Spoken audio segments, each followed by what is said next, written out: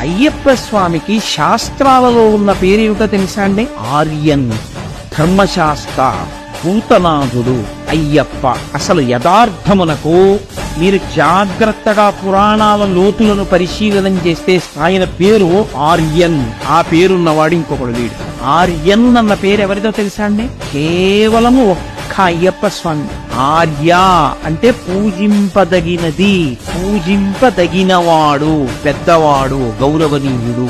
అత్యంత చిన్న పిల్లవాడిగా వచ్చి అంత పెద్ద ఆయనగా కూర్చున్నవాడు అయ్యప్ప. ఎందుకంటే ఆయన పెళ్లి చేసుకున్నట్టు గృహస్థాశ్రమంలోకి వెళ్ళినట్టు శాస్త్రంలో లేదు. బ్రహ్మచారిగానే ఉండిపోయాడు అంతే. రాజుగారు ఆయన పెళ్లి చేయలేరు. వెంకటేశ్వర స్వామి వారిలో ఆయన యథార్థంగా భూమి తిరిగారు. కానీ చుట్టూ ఆ యోగబంధం కట్టుకుని చిన్ముద్ర పట్టి కూర్చున్నారు. పెద్దరికం దేని వల్ల ఇస్తారు? వయసు చేత ఇవ్వరు. పెద్దరికం దేని వల్ల ఇస్తారంటే జ్ఞానము వలన ఇస్తారు.